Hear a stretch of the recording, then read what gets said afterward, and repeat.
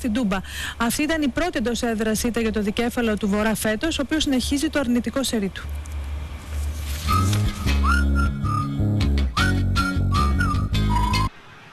Οι φίλοι του ΠΑΟΚ ανταποκρίθηκαν εκ νέου στη νέα διοίκηση του δικέφαλου και γέμισαν την Τούμπα.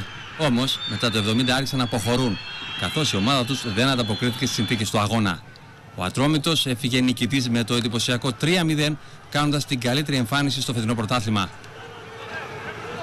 Σε κακή μέρα βρέθηκε και ο προπονητής του ΠΑΟΚ, καθώς τα τρία νέα πρόσωπα που επέλεξε για την αρχαία ενδεκάδα έγιναν αλλαγή, δηλαδή ο Βαγγελής, ο Μέγκαχετ και ο Γιασεμάκης. Στο 11ο λεπτό ο Ατρόμητος βρέθηκε μπροστά στο σκορ, όταν σε αυτό το γέμισμα ο Μέγκαχετ απομάκρυνε την μπάλα λανθασμένα. Ήρθε ο Κορακάκης από πίσω και με ωραίο πλασέ με το αριστερό έστειλε την μπάλα στα δίχτυα, ανοίγοντας το σκορ στην Τούμπα. Εδώ ο αρχηγός του Ατρόμητο, ο Γιώργος Κορακάκης, και θα δούμε το όμορφο πλασέ εδώ με το αριστερό στη γωνιά ακριβώς του Φερναντές, ο οποίος δεν μπορεί. 0-1 για τον Ατρόμητο. Ο Βούκοτης προσπαθεί να δώσει κάποιες οδηγίες. Η ομάδα του βρίσκεται πίσω στο σκορ. Ο Κορακάκης παρολίγο να κάνει το 0-2 πολύ γρήγορα, μόλις το 16. Το σούτ όμως του Κορακάκη φεύγει out. Ο ΠΑΟΚ προσπαθεί, βγαίνει μπροστά και απειλεί εδώ με τον Κωνσταντινίδη και το τακουνάκι από τον Γιασεμάκη. Όμως ο Μιχαηλίδης μπλοκάρει την μπάλα. Ένα σουτ φάουλ από τον Χαραλάμπους φεύγει out λίγο αργότερα. Οι φίλοι του ΠΑΟΚ στην εξέδρα προσπαθούν και αυτοί με τη σειρά τους. Ο Βαγγέλης βρίσκει πανέτοιμο τον Μιχαηλίδη που διώχνει στο 26ο λεπτό. Και ο Ατρόμητος φτάνει στο 0-2. Ο Γελαδάρης βγάζει τη σέντρα. Ένα μεγάλο κοινό στην άμυνα του ΠΑΟΚ και ο Άντερσον στο πρώτο γκολ με την φανέλα του Ατρόμητου σκοράρει από κοντά 0-2. Πριν καλά συμπληρωθεί μισή ώρα αγώνα στην Τούμπα. Ξαναβλέπετε τον γκολ. Από κοντά ο Άντερσον, κανένα πρόβλημα. 0-2. ΠΑΟΚ Ατρόμητος. Λίγο αργότερα ο Λουτσιάνο απειλεί με το τρίτο γκολ, όμως ο Φερνάντες τον σταματά.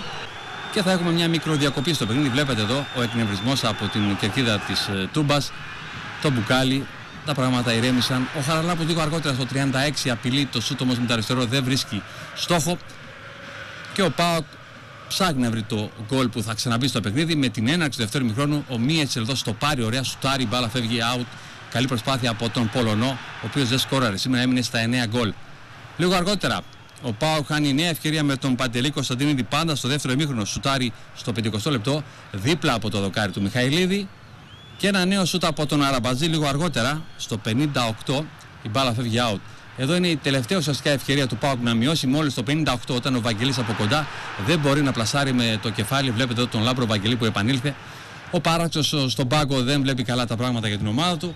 Ο Κοτσοσπύρος που έχει γίνει αλλαγή ανοίγει την μπάλα, χάνει σπουδαία ευκαιρία για το 0-3 στο 72. Αρχίζει το κρεσέντο του Ατρόμητου μετά το 22ο λεπτό.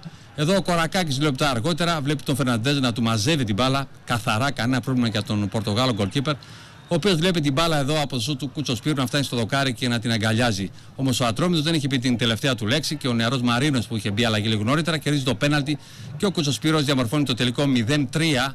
Μια σπουδαία νίκη για τον Ατρόμητο. Εδώ βλέπετε τους παίκτες να αποχωρούν και επίσης οι φίλοι του ΠΑΟΚ να αποχωρούν ουσιαστικά με σκυμμένο το κεφάλι μετά από αυτό το βαρύ. ΠΑΟΚ Ατρόμητος 0-3. Επιστροφή στις νίκες για τον Πανιόνιο που μετρούσε